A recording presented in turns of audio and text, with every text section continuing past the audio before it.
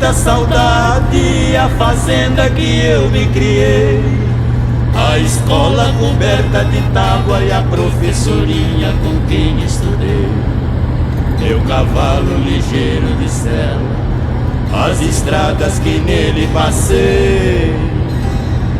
Tudo isso me vem na lembrança, o tempo da infância que longe deixei.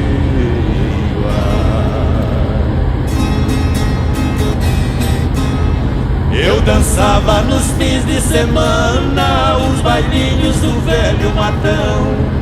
O matumbo pousava no topo seguro nas rédeas manuqueando o chão. A sanfona gemia no campo com viola, bandeira e violão.